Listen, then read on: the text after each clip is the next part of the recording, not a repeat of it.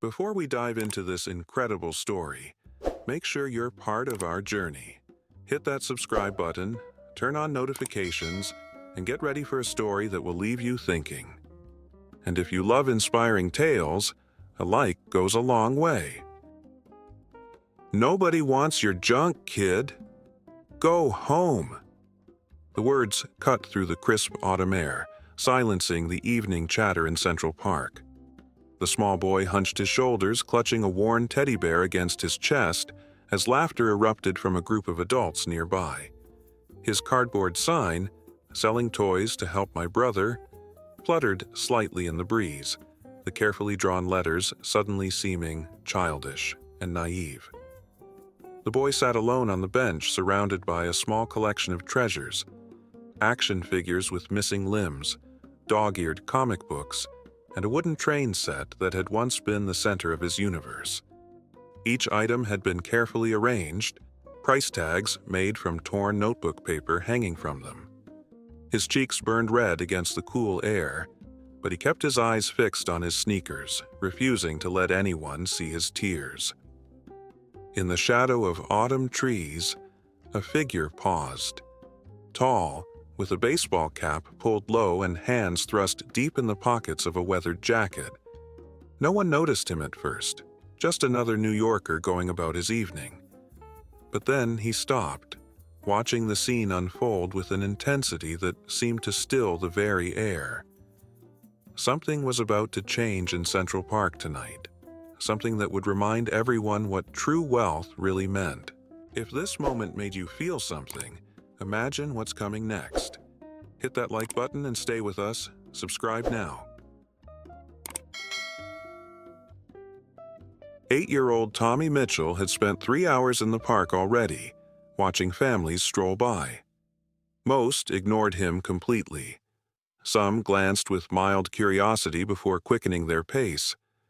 A few stopped to read his sign, their expressions softening momentarily before urban caution reasserted itself. Nobody gives money to children in parks, no matter how sad their story sounds. "I'll give you $5 for everything," a businessman had offered earlier, gesturing vaguely at Tommy's entire collection. The boy had shaken his head. He knew the real value of what he was selling. The action figures alone had cost more than that. His brother Michael needed medicine that cost $200. Their mother worked double shifts but still couldn't afford it this month. Tommy had overheard her crying on the phone last night. The man in the expensive coat who'd just mocked him stood with friends near the pretzel stand, occasionally glancing back and snickering. A woman waiting for her coffee at the nearby cart kept looking over, her face torn between sympathy and suspicion. Tommy adjusted his sign, making sure the words were visible. He'd practiced his best handwriting, even adding a small heart at the end. Michael always teased him about his messy letters, but this time Tommy had been careful. This was important. "Do you even have a brother, kid?" The businessman was back, emboldened by his friend's laughter. "My son pulls stunts like this all the time. I bet your parents don't even know you're here." He turned to his companions, pleased with his assessment. Tommy's fingers tightened around his teddy bear. Mr. Beans, Michael's favorite before he got too sick to play. Tommy had promised to keep him safe, but today, Mr. Beans had to help save Michael instead. "I'm calling park security," the man announced loudly, pulling out his phone with a flourish. "This is basically panhandling. There are rules against this sort of thing." Several passers-by slowed, drawn to the developing confrontation. The woman at the coffee cart seemed frozen, her steaming cup halfway to her lips. Tommy's vision blurred with tears he refused to shed. He began gathering his toys with trembling hands, shoving them haphazardly into his backpack. "He probably stole that stuff anyway," another man commented, encouraged by the first. "Kids these days have no respect." The small crowd grew, some uncomfortable, but none intervening. Tommy stood now, his small frame dwarfed by the bench, struggling with the zipper of his overstuffed backpack. The sign lay crumpled at his feet, the heart at the end of his message now creased through its center. The autumn sunset cast long shadows across the scene, turning the park's golden hour into something colder and sharper. The man with the baseball cap had drawn closer now, moving with deliberate casualness. He stood at the edge of the gathering, watching the businessman's performance with an intensity that would have been noticeable had anyone bothered to look his way. There was something familiar about him, something in the angle of his jaw, the careful way he carried himself, trying not to be noticed yet impossible to truly overlook. "I bet there isn't even a sick brother," the businessman continued, enjoying his audience now. "These scams get more creative every year." He reached down and picked up Tommy's crumpled sign, holding it up like evidence. "This is how they get you. Emotional manipulation. My firm handles marketing. I know these tricks when I see them." People nodded, relieved to have an explanation that absolved them of responsibility. The woman with the coffee had finally moved, stepping slightly closer but still maintaining a safe distance from involvement. Tommy had stopped packing, frozen by the man's accusations. His lower lip trembled as he fought against a sob threatening to escape. "My brother has pneumonia," he whispered, his voice so small it barely carried. "He needs the special medicine because of his asthma." The words hung in the air for a moment before the businessman's laugh shattered them. "See? The story gets better. Next, he'll tell us the dog needs surgery too." His friends chuckled obligingly. No one noticed how the man in the baseball cap shifted slightly, how his shoulders straightened as he took a deliberate step forward. Things are about to take a turn. Don't miss what happens next. Subscribe, like our video, and keep watching.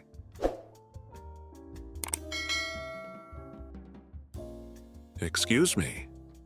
The voice was quiet, but carried an unmistakable strength that immediately silenced the chatter. The crowd parted instinctively as the man in the baseball cap stepped forward. "I'd like to hear what the boy has to say." There was something in his tone, a gentle authority that commanded attention without demanding it. Tommy looked up, meeting the stranger's eyes for the first time. "The medicine costs $200, Tommy explained, words tumbling out in a rush now that someone was actually listening. "Mom has insurance, but it doesn't cover this kind because Michael already had 3 other prescriptions this month. He can't breathe good at night without it." He reached into his pocket and pulled out a creased photograph. 2 boys grinning at the camera, arms slung around each other's shoulders. "This is us last summer before he got really sick." The businessman shifted uncomfortably, suddenly less certain of his position. "Look, I'm sure it's a sad story, but kids shouldn't be selling things in the park unsupervised. It's not safe."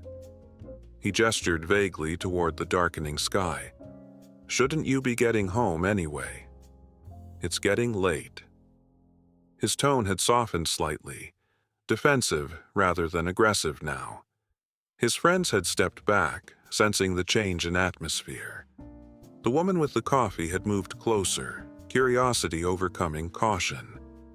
The man in the cap knelt down to Tommy's level, examining the toys laid out on the bench. "These are quite a collection," he said, picking up a battered action figure. "This one's from the limited Arctic series, isn't it?" "Pretty rare now." Tommy nodded, surprised. "My brother helped me find it at a garage sale last year," he explained. "He knows all about collectibles." The stranger nodded thoughtfully, turning the figure over in his hands with genuine interest. "How much are you asking for it?" he asked, his voice carrying just enough for the assembled crowd to hear. The businessman rolled his eyes, but several others leaned in, suddenly interested in the transaction. Tommy straightened his shoulders. $20, he said firmly. "It's worth more, but it's missing the special weapon. Michael has the price guide memorized." The stranger nodded, reaching for his wallet. As he tilted his head, the fading sunlight caught his profile. A teenage girl walking by with her mother suddenly stopped, eyes widening in recognition. She tugged urgently at her mother's sleeve, whispering something that made the woman look over sharply. The businessman's phone was already in his hand, camera app open before he'd even consciously processed what was happening. "Here's 50 for the figure," the man said, handing Tommy crisp bills. When the boy began to protest about the price, he added, "I think that's fair for a collector's item like this. What else do you have?" Tommy eagerly showed him the wooden train set, explaining how it connected to make different tracks. "Michael helped me build a whole city once. It took up our entire bedroom floor for a week before Mom made us put it away." More people had gathered now, phones discreetly raised. Whispers rippled through the crowd. "Is that really?" "I think it is." DiCaprio. The businessman had backed up slightly, his earlier confidence evaporating as he realized who he'd been performing for. The coffee woman had moved all the way to the front now, her expression a mixture of awe and embarrassment. Someone had started live streaming the interaction. "This comic book's pretty special too," the actor said, examining a well-read issue. "First appearance of this character, right?" Tommy nodded enthusiastically. "Michael taught me how to keep them nice. We put them in special sleeves, but I had to take this one out to sell it." Leonardo nodded solemnly, acknowledging the sacrifice. "How much for this one?" 25? More bills changed hands as the watching crowd grew, many openly filming now. "I've got a nephew who would love this train set," DiCaprio continued conversationally, as if they weren't surrounded by increasingly excited onlookers. "How much were you thinking?" Tommy considered, suddenly aware of their audience. $30? It has all the pieces except one tunnel. The actor smiled. "Sounds fair to me." As he counted out more money, he asked quietly, "How much have you made so far today?" Tommy's face fell. "Just $8 before you came. A lady bought my Hot Wheels, but most people just walk by." The businessman who had mocked Tommy earlier now hovered at the edge of the crowd, his expression cycling through shock, embarrassment, and calculation. Finally, he stepped forward, clearing his throat. "I'd like to make a contribution too," he announced loudly, pulling out his wallet. DiCaprio glanced up, a flash of something, disappointment perhaps, crossing his features before his expression returned to neutral. "I actually collect vintage comic books myself," the businessman continued, his voice carrying unnaturally. "I'd be happy to pay $50 for that one." He gestured toward a comic still lying on the bench. Tommy looked uncertainly between the man and DiCaprio, who gave an almost imperceptible nod. The businessman handed over the money with a flourish, making sure his act of generosity was captured by the many cameras now recording. "How much more do you need for your brother's medicine?" DiCaprio asked Tommy, ignoring the businessman's performance.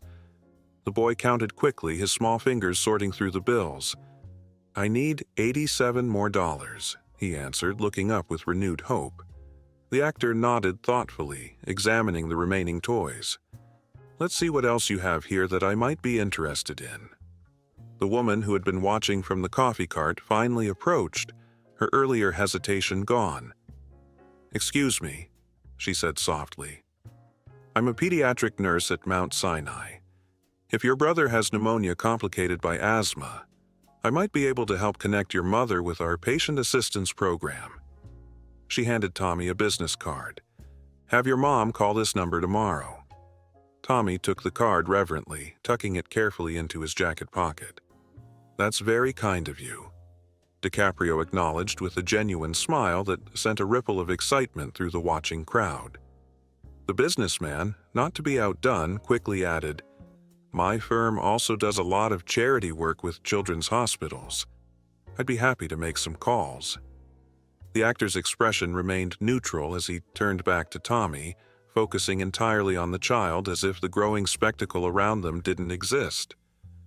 "I think I'll take this teddy bear too," he said, reaching for Mr. Bean's. Tommy's hand shot out instinctively, then pulled back in embarrassment. "Sorry," he mumbled. "It's just, that's Mr. Bean's. He's Michael's favorite. I was supposed to just sell my own stuff, but Mom said we might need to sell him too if we didn't get enough money." The boy's voice dropped to a whisper. "I was kind of hoping I wouldn't have to. This story is only getting deeper. What would you do in this situation? Comment below, and let's talk." DiCaprio looked at the worn teddy bear, then back at Tommy's face. Something shifted in his expression. A decision made. He stood up, removing his baseball cap as he surveyed the now substantial crowd that had gathered around them. Camera flashes intensified as his identity was fully revealed, confirming what many had already suspected. He didn't acknowledge the commotion, keeping his focus solely on Tommy.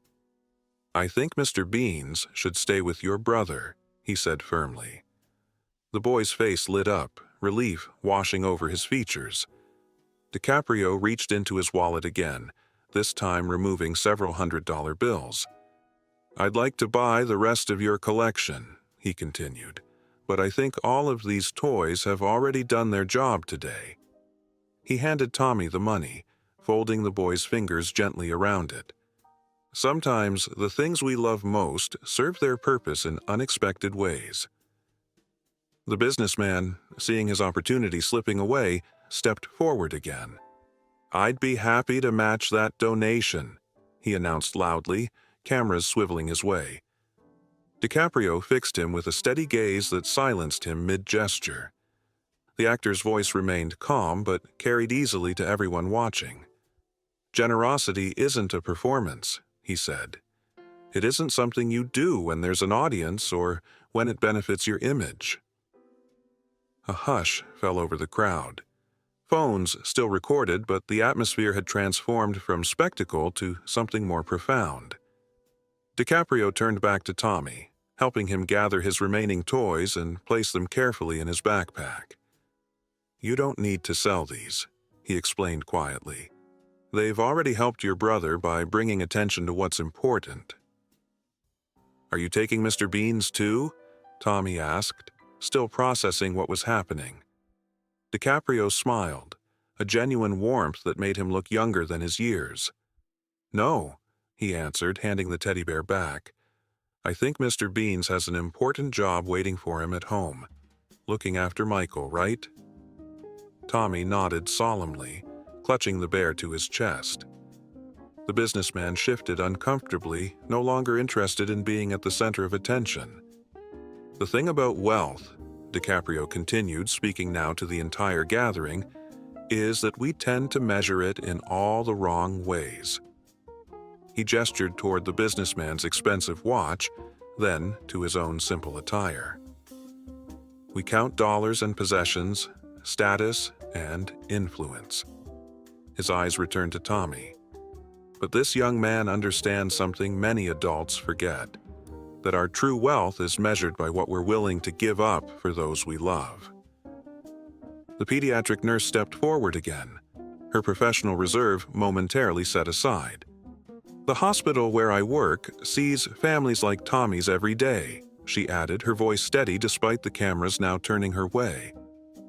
"People who have to choose between rent and medicine, who sell treasured possessions to pay for treatments." She handed DiCaprio her card as well. "Our assistance program helps, but it can't reach everyone." DiCaprio nodded thoughtfully, pocketing the card. "Maybe that's something we can work on changing," he said, his gaze sweeping over the crowd. "Together." The businessman, sensing a shift in the narrative, attempted to regain his position. "My firm would be more than happy to—" DiCaprio interrupted him, not unkindly, but firmly. "Perhaps start by listening more and assuming less. That costs nothing, but might be worth everything." Tommy watched this exchange with wide eyes, clutching Mr. Beans with one hand and the money with the other. "Does this mean Michael can get his medicine now?" he asked, bringing everyone back to the heart of the matter.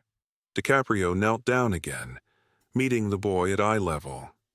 "Yes, it does." And it means something else too. It means your brother has the best protector anyone could ask for. Someone brave enough to sit alone in a park facing rejection and ridicule, all to help someone he loves. The crowd had grown silent, many lowering their phones as the moment transformed from celebrity sighting to something more intimate and meaningful. The woman who had been first to recognize DiCaprio wiped tears from her eyes. Even the businessman seemed affected, his earlier bravado replaced by genuine reflection. The setting sun cast long shadows across the park, bathing everyone in golden light that seemed to underscore the significance of what they were witnessing. "I should get you home before your mom worries," DiCaprio said, helping Tommy zip his backpack. "Where do you live?" Tommy pointed vaguely toward the east side of the park. "Just 3 blocks that way. Mom's working until 9, but our neighbor Mrs. Gonzalez checks on us." He hesitated, then added with a child's practicality, "She probably won't believe me when I tell her what happened." DiCaprio laughed, the sound genuine and unguarded. "Well, maybe I should walk you home and explain." The boy's eyes widened at the suggestion. "Really? Michael would—" His voice caught. "Michael would think that's the coolest thing ever."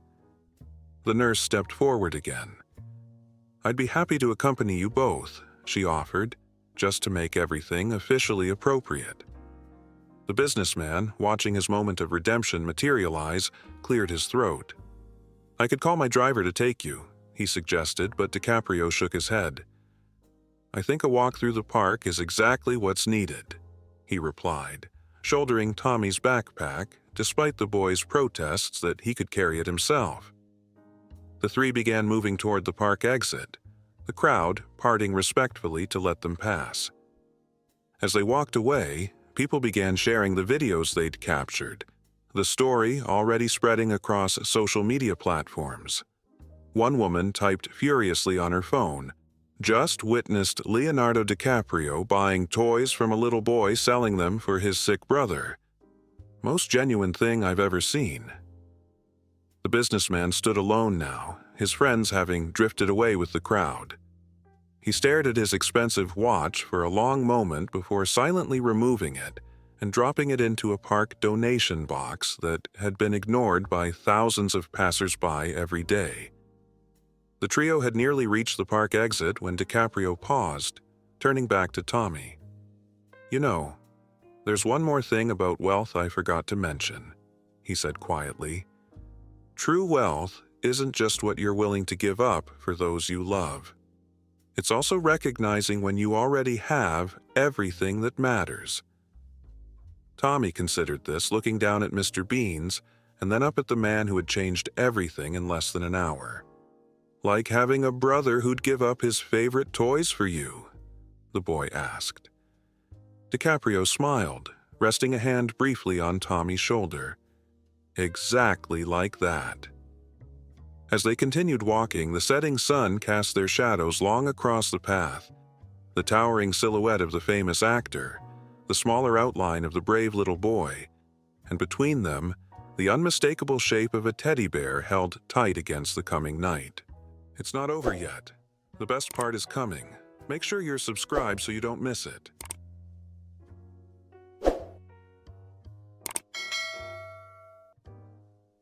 By morning, the story had exploded across social media. DiCaprio kindness and Jack Mr. Beans were trending nationwide, with the video clips viewed millions of times. The businessman, identified by internet sleuths as venture capitalist Edward Harrington, had issued a public apology and announced a substantial donation to children's pneumonia research. Comment sections filled with stories of families struggling with medical costs, creating an unexpected spotlight on healthcare gaps affecting children with chronic conditions. Tommy and Michael's mother arrived home from her night shift to find reporters camped outside their apartment building. Confused and alarmed, she rushed upstairs to find her sons safe and sound. Michael, propped up in bed with Mr. Beans clutched tightly in one arm, and Tommy excitedly recounting their adventure to their wide-eyed neighbor, Mrs. Gonzalez. The nurse from the park had left her number on the kitchen counter beside a bottle of prescription medication and a note explaining everything. DiCaprio's publicist released a simple statement: "Sometimes small moments of humanity remind us what truly matters." Leo asks that energy focused on this story be directed towards supporting families facing similar healthcare challenges. The statement included links to several patient assistance programs and a children's hospital foundation that had seen donations skyrocket overnight. Celebrities and influencers began sharing their own stories of childhood illness and family sacrifice, each post driving more attention to the underlying issue that had sent Tommy to the park in the first place. 3 days later, as Michael's condition improved with proper medication, a package arrived at the apartment. Inside was a complete collector's edition of the action figures Tommy had sold, along with a handwritten note: "Some treasures are too important to lose. Take care of each other. Leo." The boy's mother wept as Tommy carefully arranged the figures on his brother's bedside table, positioning them as guardians watching over Michael's recovery. Edward Harrington, the businessman from the park, found himself transformed by the experience in ways he hadn't anticipated. The video of his mockery, followed by DiCaprio's gentle rebuke, had become a teachable moment discussed in corporate ethics seminars and parenting blogs alike. Rather than attempting to bury the story, Harrington leaned into his chance for redemption, establishing a foundation to help families navigate insurance gaps for childhood chronic illnesses. In his first public statement, he admitted simply, "I forgot how to see people as people. It took a child and an actor to remind me." The pediatric nurse, identified as Sophia Reyes, appeared on several morning shows, using her unexpected platform to explain the challenges families face when insurance coverage falls short. "What happened in the park that day happens in thousands of homes across the country," she explained. "The difference is that most of these stories don't go viral, and most of these families don't have a celebrity encounter to save them." Her steady professionalism and clear explanations helped transform a human interest story into a serious discussion about healthcare policy. 1 month later, as autumn leaves gave way to winter's first snow, DiCaprio visited the children's hospital where Michael had been briefly admitted during a severe episode before his medication stabilized his condition. There were no cameras present at his request, just a private tour with Nurse Reyes showing him the pediatric ward and introducing him to families facing similar challenges. When asked later about the visit, Reyes would share only that he listened more than he spoke, and he remembered every child's name.